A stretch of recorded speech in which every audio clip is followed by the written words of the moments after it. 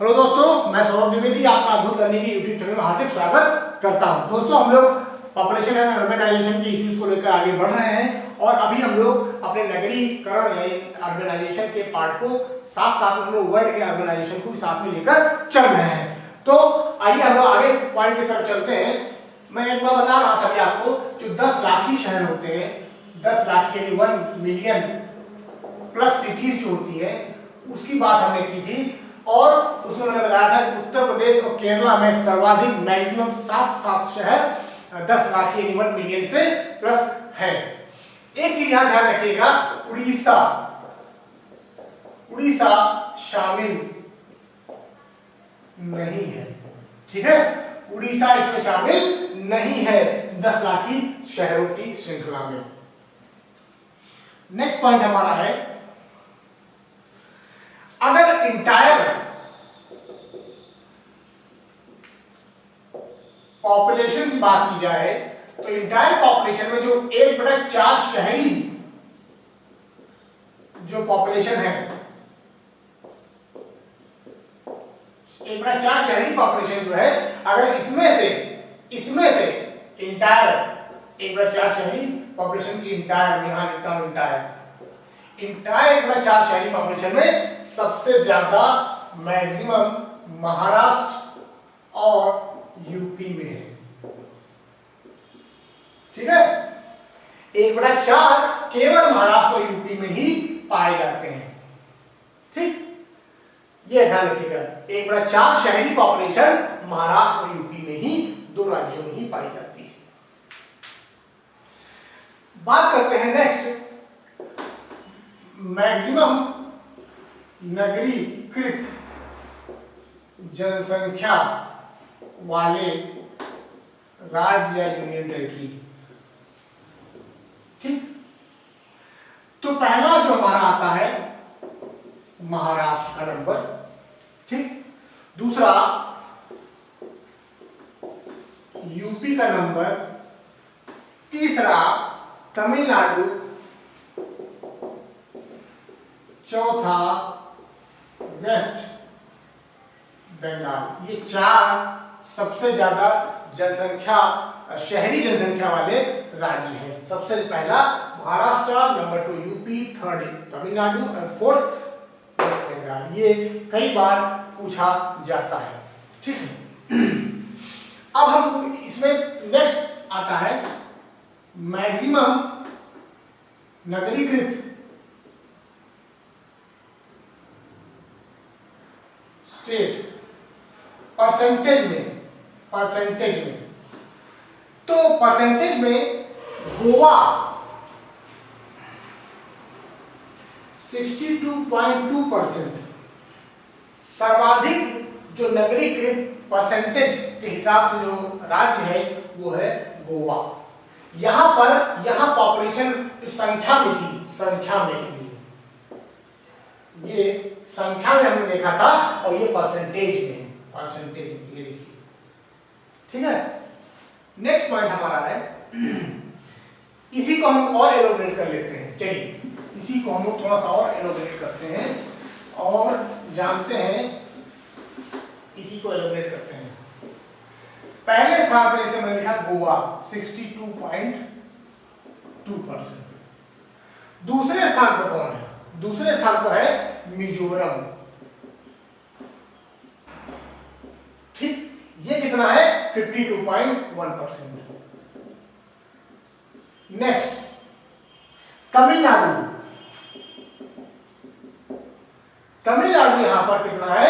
48.4%। इसके बाद हमारा जो चौथे नंबर का राज्य है वो केरला, और केरला कितना है? 47.7%। और नेक्स्ट और लास्ट जो है हमारा महाराष्ट्र है, और महाराष्ट्र कितना है? 45.2%। अब आप जरा यहाँ कंपेयर कीजिए दोनों में। यहाँ पर देखिए, अगर पूरे महाराष्ट्र की बात की जाए तो out of that Maharashtra 45.2% is urbanised, but when we compare here, देखिए यहाँ नंबर 1 था, यहाँ पर नंबर यानी संख्या की जब बात की जाती है, नंबर्स की बात की जाती है, तो महाराष्ट्र नंबर 1 जाता है। ठीक, और अगर परसेंटेज के आधार पर राज्यों को देखा जाता है तो गोवा नंबर 1 है, मिजोरम नंबर 2, तमिलनाडु नंबर 3, चौथे नंबर पर केरला और महाराष्ट्र 5वें नंबर पर है। ठीक है, चलिए नेक्स्ट।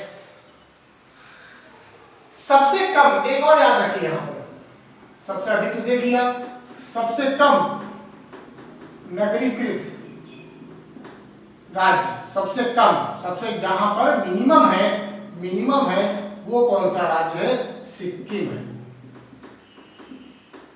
अगर आप सिक्किम कभी विजिट करें तो आप देखेंगे ये यहां पर देखिए ऐसा होता है, ये सिक्किम राज्य। ठीक है, यहां पर मेन गैंगटॉक पड़ता है, गैंगटॉक।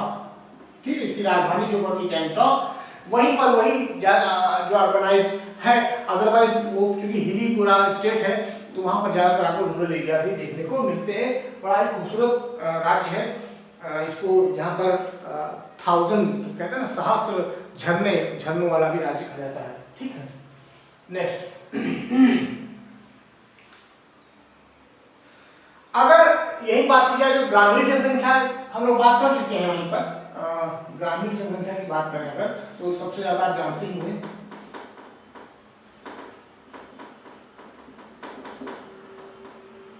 सर्वाधिक ग्रामीण जनसंख्या कहाँ है आप बता सकते हैं मुझे?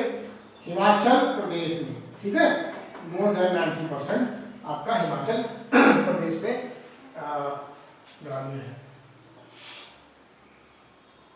इसके बाद एक पॉइंट और आता है कि सपोज कीजिए जो स्थलबद्ध लैंडलॉक्ड स्टेट्स जैसे कि पंजाब, जैसे कि हिमाचल प्रदेश, जे&के, हरियाणा। ठीक है, इसके साथ साथ में हम देखते हैं मध्य प्रदेश। ठीक, इसमें से सबसे ज्यादा अर्बनाइज्ड, मैक्सिमम अर्बनाइज्ड स्टेट कौन सा है? तो इसमें से सबसे ज्यादा अर्बनाइज्ड पंजाब है। ठीक है, पंजाब आंसर क्या है इसका? Punjab is most urbanised state in landlocked state like Punjab, Himachal Pradesh, जे&के, Haryana, MP. इनमें से जब कंपेयर करते हैं तो सबसे ज्यादा जनसंख्या आपके पंजाब में ही पाई जाती है। नेक्स्ट,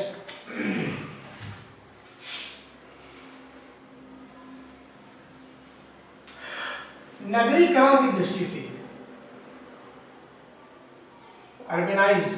अर्बेनाइजेशन के दृष्टिकोण से,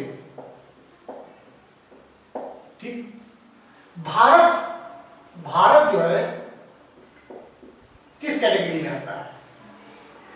how we will categorize India as an urbanized या अर्बेनाइजेशन सिस्टम? उसमें क्या आता है? एक मध्यम निम्न, क्या मध्यम निम्न नगरीकृत, मध्यम निम्न नगरीकृत देशों की इस श्रेणी में आता है। ठीक है, भारत एक मध्यम निम्न नगरीकृत देश कहलाता है। नेक्स्ट पॉइंट हमारा क्या है इसमें?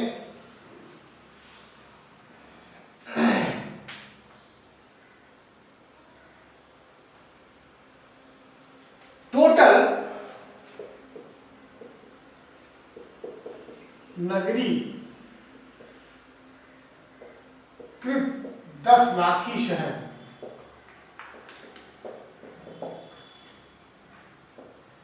शहरों की संख्या, टोटल नगरीकृत 10 लाखी शहरों की संख्या भारत में कितनी है? टोटल यहां पर 53 शहर है। ठीक है, टोटल यहां पर 53 शहर हैं जो 10 लाख की शहरों के अंतर्गत आते हैं। ठीक है,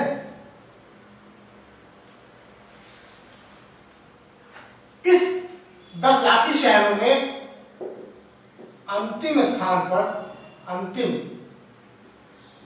पर कोटा है, कोटा राजस्थान। ठीक है, याद रखिएगा, ये प्रश्न पूछ सकता है कि लास्ट प्लेस पर कोटा है। ठीक, सर्वाधिक तो आप जानते ही हैं, सर्वाधिक तो आप फर्स्ट और सेकंड जानते ही हैं, मुंबई और दिल्ली। ठीक, सेकंड प्लेस पर। नेक्स्ट है हमारा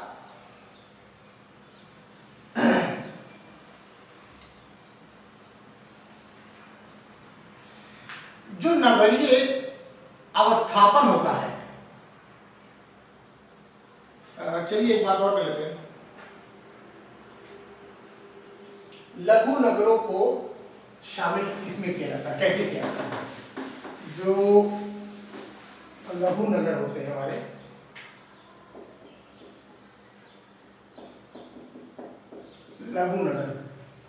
लघु नगर में क्या होता है, जो भारत की जनगणना जब हुई थी तो इनको 4th, 5th एंड 6th जो श्रेणी होती है में शामिल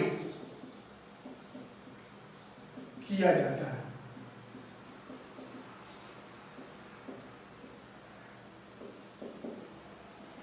इंडियन पॉपुलेशन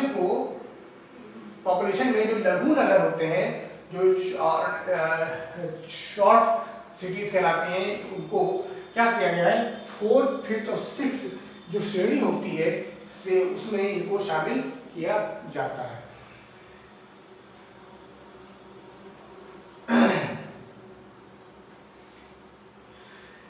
अगला है 2011 में की जनगणना में क्या किया गया था, फोटो और उंगली के निशान क्या है इसमें शामिल, फोटो। ठीक, फिंगर प्रिंट्स फोटो और आइरिस स्कैन, जो पुतली का जो होता है हमारी आइरिस का स्कैनिंग, ये 3 चीजें इसमें शामिल की गई थी। उनके लिए जो न्यूनतम मिनिमम एज किसका, किन लोगों का फोटो, फिंगरप्रिंट्स और आइरिस स्कैनिंग की जाती थी, उन किन लोगों की जाती थी जिनकी एज 15 ईयर या उससे अधिक।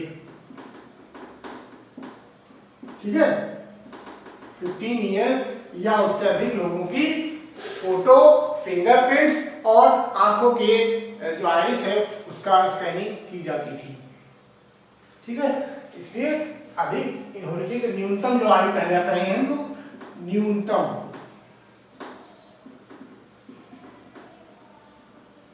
न्यूनतम एज 15 साल। ठीक, नेक्स्ट है, यहीं पर हम लोग बात कर लेते हैं थोड़ा सा, जो शहरीकरण की प्रक्रिया है उसमें हमारे यूनियन टेरिटरीज कहां पर आते हैं शहरीकरण में। यूनियन टेरिटरीज शहरीकरण में कहां पर आते हैं, तो सबसे पहला, सबसे ज्यादा दिल्ली है। ठीक है, पहले नंबर पर दिल्ली ही आता है। दिल्ली का 97.5%, कितना, 97.5% क्या है, ऑर्गेनाइज्ड है।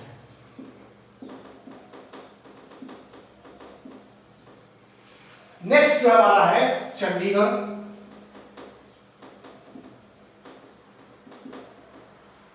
चंडीगढ़ आता है और चंडीगढ़ का जो अर्बनाइजेशन है वो 97.3, ऑलमोस्ट दिल्ली के करीब ही है। नेक्स्ट है हमारा लक्षद्वीप। और लक्षद्वीप का जो अर्बनाइजेशन है वो है 78.1%।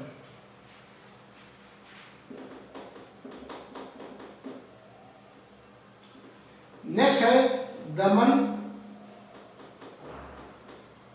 दीव।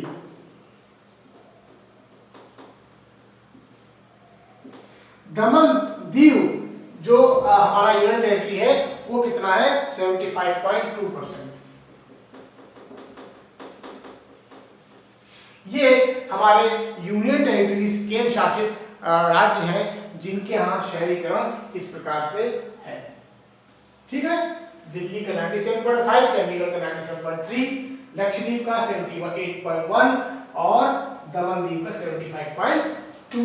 ये हमारे 4 टॉप जनगणना में शहरीकरण में आते हैं।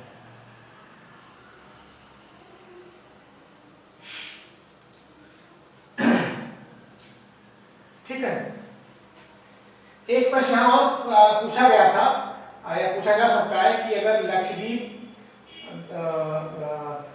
क्या कहते हैं दादर नगर हवेली, लक्षद्वीप, दमन दीव, लक्षद्वीप, पांडिचेरी में से सबसे गांवों की संख्या सबसे ज्यादा कम कहां पर है, वो है मैं चलिए मैं लिख देता हूं।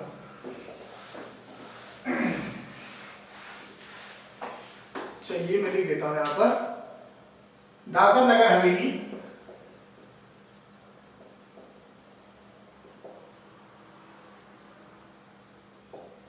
ठीक है, लक्षद्वीप, दमन दीव, दादर नगर हवेली, लक्षद्वीप, दमन दीव, पुडुचेरी के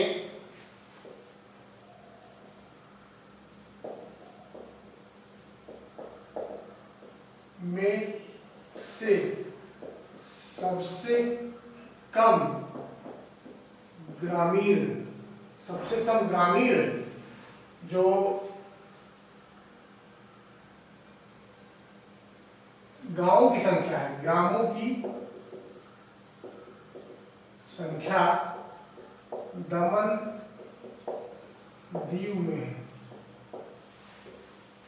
ठीक है, दमन दीव में when we compare the number of villages, ठीक है, नंबर ऑफ विलेजेस का जब कंपैरिजन करते हैं तो किससे कंपेयर करो, Dadar Nagar Haveli, Lakshadweep, Puducherry and Daman Diu, then we found that Daman Div has the lesser number of villages. Lesser number of villages are found in Daman Div. जो भारत की इसमें हम लोग बात करते हैं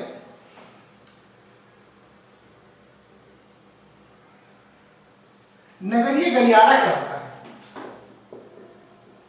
नगरीय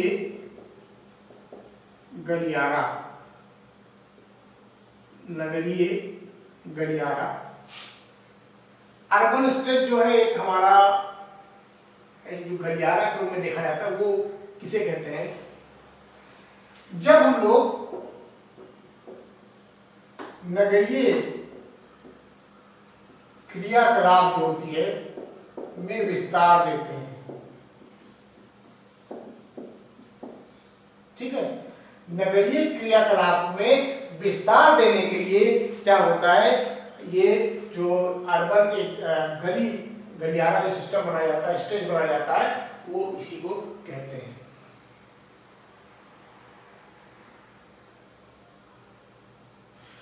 नगरीकरण का कारण क्या है? चलिए रीजंस।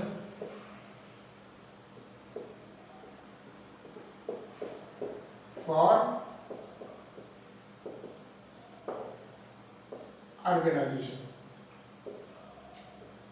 अर्बनाइजेशन के कारण क्या क्या है? फर्स्ट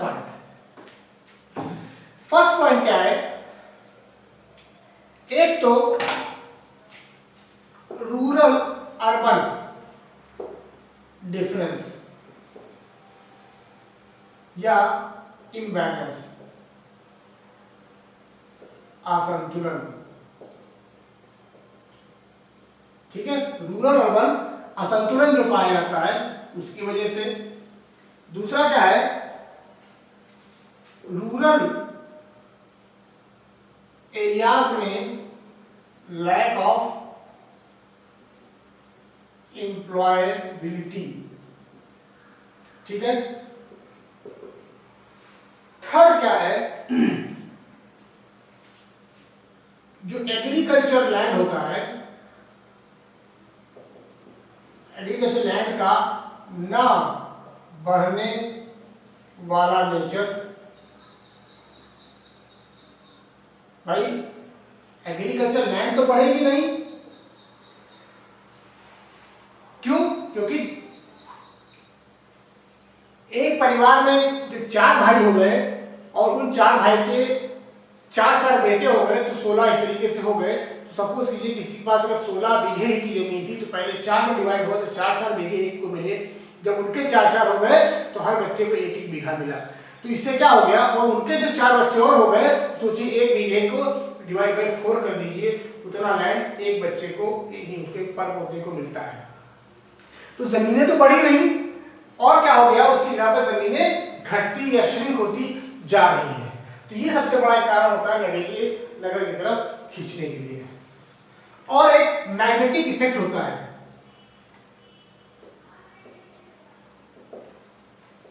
चुंबकीय आकर्षण होता है, अट्रैक्शन। मैग्नेटिक अट्रैक्शन होता है ऑफ किसका, अर्बन एरिया का। जो अर्बन एरिया की चकाचौंध है, फिजिकल एक्टिविटीज है, मूवमेंट है, वो क्या करता है, लोगों को, ग्रामीण खासकर लोगों को वो चकाचौंध करता है, आकर्षित करता है कि प्लीज, यानी यहाँ पुल और पुश, पुल फैक्टर काम करता है। क्या करता है ये पुल फैक्टर, लोगों को पुल कर लेता है यहां से। चलिए नेक्स्ट,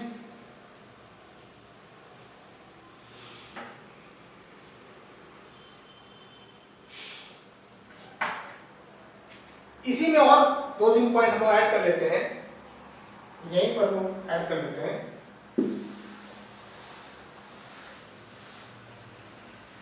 क्या होता है, यहीं पर और पॉइंट ऐड कर देते हैं। जो ग्रामीण की अपेक्षा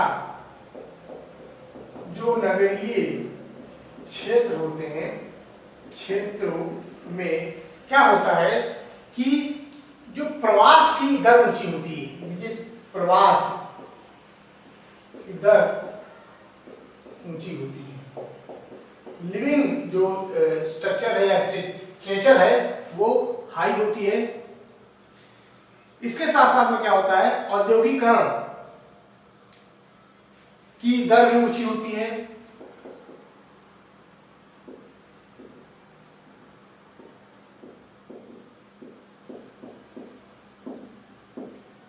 ठीक है। इसके साथ साथ में क्या होता है,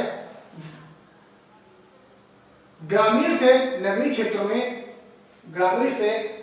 प्रवास की ऊंची दर होती है। शहरों में शैक्षणिक संस्थाओं की बढ़ती संख्या, क्या है, जो शहरों में जो शैक्षिक एजुकेशनल संस्थाओं का कंसंट्रेशन। ये जो पॉइंट मैंने बताए हैं आपको, ये जो पॉइंट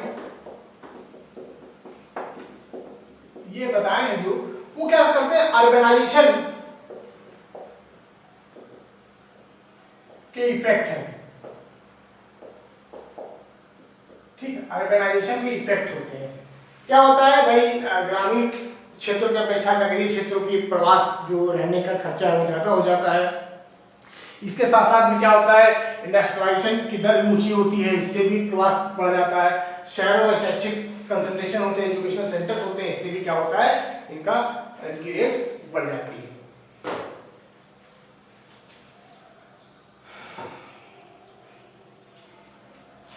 चलिए आगे हम लोग आगे और डिस्कस करेंगे अगली वीडियो में। Thank you.